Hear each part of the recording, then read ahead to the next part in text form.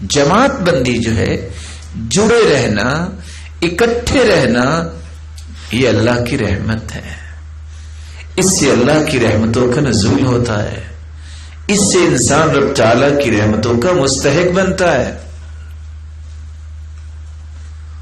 اور ساتھ یہ فرمایا والفرقۃ عذاب، اور اختلافات جو ہیں، افتراق، یہ اللہ کی طرف سے عذاب ہے.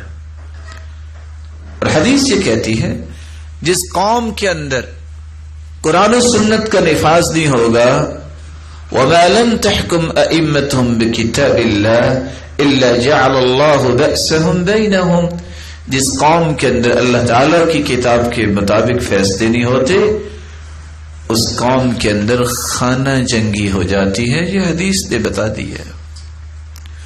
اور جو قوم اپنے عہد و پیمان کو پورا نہیں کرتی، سلط اللہ علیہم عدوہم، اس قوم پہ اللہ تعالیٰ دشمن کو مسلط کر دیتے ہیں.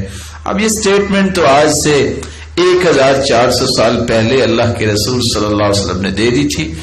ایمان لانے والے ایمان لاتے ہیں. جب تک یہ اختلافات، یہ فروعی اختلافات، چھوٹی چھوٹی باتوں پہ جھگڑے اور فسادات کو انسانیت نہیں چھوڑتی، اس وقت خیر و برکت کا ملنا ممکن نہیں ہے. خیر و برکت اس وقت ملتی ہے جب انسان اللہ کی رحمت کے سائے تلے ہو. اور شاید کہ میں ایک چھوٹی سی بات کہہ کے یہ بات سمجھانے میں کامیاب ہو سکوں.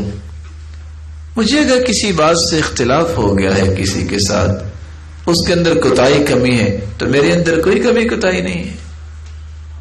جس دن مجھے یہ سمجھ آ گیا نا کہ کامل تو میں بھی نہیں ہوں، عیب تو میرے اندر بھی ہے، کمی کوتاہی تو میرے اندر بھی ہوتی ہے، اس دن یہ مسئلہ حل ہو جائے گا. جب تک میں یہ سمجھتا رہا کہ سارے ہی غلط ہیں، میں ہی ٹھیک ہوں، اس وقت تک یہ معاملہ حل نہیں ہوگا.